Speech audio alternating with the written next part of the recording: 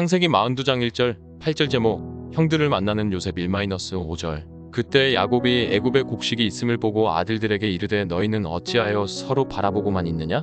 야곱이 또 이르되 내가 들은즉 저 애굽에 곡식이 있다 하니 너희는 그리로 가서 거기서 우리를 위하여 사오라. 그러면 우리가 살고 죽지 아니하리라 하매 요셉의 형 10사람이 애굽에서 곡식을 사려고 내려갔으나 야곱이 요셉의 아우 베냐민은 그의 형들과 함께 보내지 아니하였으니 이는 그의 생각에 재난이 그에게 미칠까 두려워함이었더라. 이스라엘 아들들이 양식 사러 간 자 중에 있으니 가나안 땅에 기근이 있음이라. 그 당시 즉 요셉이 말한 7년 대역령 기간에는 애굽에만 기근이 있었던 것이 아니라 애굽 근처의 모든 나라에도 기근이 있었던 것 같습니다. 그 기근이 가나안에도 있어서 가나안 땅에 살고 있던 야곱 가족도 그 기근으로 인하여 무척 고생을 하고 있었습니다. 그런데 애굽에 가면 필요한 곡식을 얼마든지 얻을 수 있다는 소식을 야곱이 들었습니다. 야곱이 그 소식을 들을 정도면 야곱의 아들들도 그 소식을 들었을 텐데 왜 그들은 자기 아버지 야곱이 애굽에 가서 곡식을 구해오라고 할 때까지 가만히 있었던 것일까요? 그것은 그들이 자기 동생 요셉을 노예로 팔아버린 장소가 바로 애굽이었기 때문입니다. 요셉의 형들에게는 애굽은 생각조차 하기 싫은 장소였을 것입니다. 그래서 그들은 애굽에 가면 얼마든지 곡식을 얻어서 가족을 먹여 살릴 수 있다는 말을 들었지만 차일피일 계속해서 미루기만 하고 있었던 것입니다. 그러다가 아버지 야곱이 재촉하니까 그들은 어쩔 수 없이 애굽으로 내려갈 수밖에 없었습니다. 그런데 야곱은 막내 아들 베냐민을 그들과 함께 보내지 않았습니다. 왜냐하면 혹시라도 그들에게 사고가 일어날까 염려가 되었기 때문입니다. 야곱은 막내 베냐민이 어머니도 없고 형도 없이 외롭게 자랐기 때문에 다른 아들들보다 더 정이 갔던 것입니다. 그리고 자기가 아내들 가운데서 가장 사랑하는 라헬의 두 아들 중에서 하나밖에 남지 않은 아들이었기 때문에 야곱은 도저히 불안해서 베냐민을 그 먼 곳 애굽에 보낼 수가 없었던 것입니다.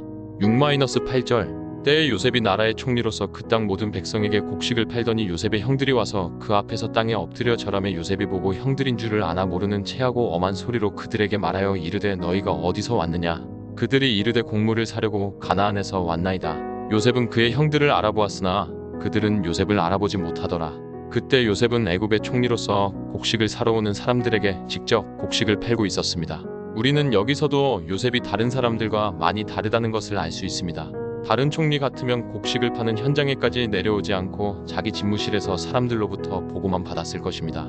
그러나 요셉은 곡식을 파는 현장에까지 내려와서 그 모든 상황을 직접 파악하고 7년 흉년 기간 동안 나라 전체가 큰 어려움 없이 무사히 그 기간을 통과할 수 있도록 최선을 다하고 있었습니다.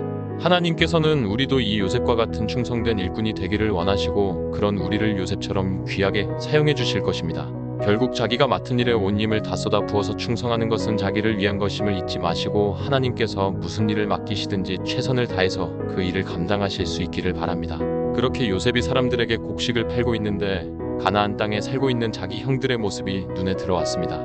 그 형들을 보고 요셉이 무슨 마음을 품었을까요? 요셉은 자기를 애굽의 노예로 팔아버린 형들에게 드디어 복수할 기회가 왔다.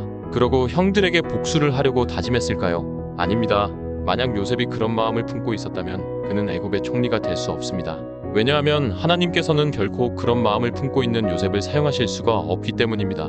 요셉이 보디발의 감옥에서 풀려나와서 애굽의 총리가 되었다는 것은 요셉이 형들을 미워하거나 형들에게 복수하고자 하는 마음이 완전히 사라졌다는 것을 보여줍니다.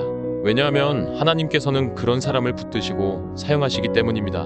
우리가 드라마나 영화 같은 걸 보면 복수를 주제로 다룬 드라마가 꽤 많다는 것을 알 수 있습니다. 왜냐하면 그것이 타락한 인간의 본성이기 때문입니다. 드라마나 영화의 주인공이 자기에게 피해를 입힌 사람에게 복수할 때 우리는 그 주인공을 통하여 대리만족이나 통쾌함을 맛봅니다. 그러나 하나님께서는 결코 우리에게 그걸 원하지 않으십니다. 하나님께서는 우리가 우리에게 피해를 입힌 사람을 용서하시기를 원하십니다. 왜냐하면 우리가 더 이상 미움으로 인한 고통을 당하지 않고 그 고통에서 해방받을 수 있기 때문입니다. 그리고 하나님께서는 반드시 그런 사람을 사용하십니다. 즉 자기에게 피해를 입힌 사람을 용서하는 것이 하나님께 쓰임받기 위한 첫 번째 조건이라는 것입니다. 가장 대표적인 분이 예수님이십니다. 예수님께서는 십자가 위에서 당신을 십자가에 못 박은 사람들을 전부 다 용서해 주셨습니다. 그 후 스데반은 자기를 돌로 쳐 죽이는 사람들을 향하여 하나님 저들의 죄를 용서해 주십시오. 그들은 자기들이 무슨 짓을 하는지 모르고 저러는 것입니다. 라고 하며 예수님과 똑같은 말을 하며 자기를 돌로 쳐 죽이는 사람들을 용서해 주었습니다. 그리고 구약에 보면 오늘 본문의 요셉이 자기 형들을 용서해 주었고 다윗이 자기를 죽이려고 했던 원수 사울과 자기를 저주했던 시므이를 용서해 주었습니다. 그리고 아브라함의 아들 이삭이 우물을 팔 때마다 그 우물을 빼앗았던 블레셋 사람들과 다투지 않고 그 우물을 양보하며 그들을 용서해 주었습니다. 하나님께서는 그렇게 자기에게 피해를 입힌 사람들을 미워하거나 그들에게 복수하려고 하지 않고 그들을 용서해 주었던 사람들을 하나같이 존귀한 자리에 올려주시고 그들을 귀하게 사용해 주셨습니다. 그런데 용서는 인간의 본성이 아닙니다. 그래서 우리 힘으로는 우리에게 피해를 입힌 사람을 용서하기란 너무 힘이 들고 거의 불가능하다고 봐야 합니다. 그러나 우리가 우리에게 피해를 입힌 사람을 용서하지 않고 끝까지 그 사람에 대한 원한을 품고 있으면 결국 하나님께서 그런 우리를 도와주실 수 없기 때문에 모든 피해를 우리가 다 보게 됩니다. 그러므로 우리는 우리 힘으로 할 수 없는 그 일을 할 수 있도록 도와달라고 하나님께 기도해야 합니다. 하나님께서는 그런 우리의 기도를 들으시고 우리에게 용서의 마음을 허락해 주실 것입니다. 요셉도 자기를 애굽의 노예로 팔아버린 형들을 처음부터 용서하지는 않았을 것입니다. 그런데 형들을 용서하지 않으니까 이 세상을 살아가기가 너무나 힘들다는 것을 요셉이 어느 순간부터 알게 되었습니다. 요셉은 노예로 팔려간 그 순간부터 얼굴에는 웃음이 완전히 사라졌을 것이고 그 마음속에는 형들을 향한 분노로 가득 차 있었을 것입니다.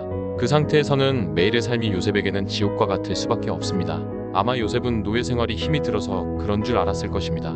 그러나 나중에 요셉은 노예 생활을 얼마나 기쁨으로 감사함으로 잘 감당해내었습니까? 그런 요셉이 주인 보디발의 눈에 띄어서 보디발 집의 총무까지 되었던 것입니다. 하나님의 은혜로 어느 순간부터 자기를 노예로 팔았던 형들을 용서하기로 마음을 먹는 그 순간부터 요셉의 삶은 완전히 달라졌습니다.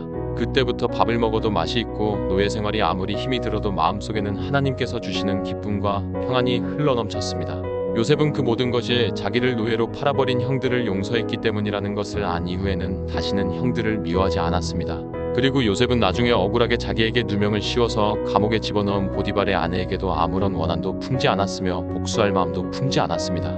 만약 요셉에게 복수하려는 마음이 있었다면 요셉이 애굽의 총리가 되었을 때 가장 먼저 보디발과 그의 아내를 죽였을 것입니다.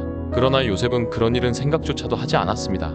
요셉은 나중에 아버지 야곱이 죽고 나자 자기가 형들에게 복수할까 싶어서 두려워 떨고 있는 형들에게 이런 말을 해주며 그들을 안심시켜 주었습니다.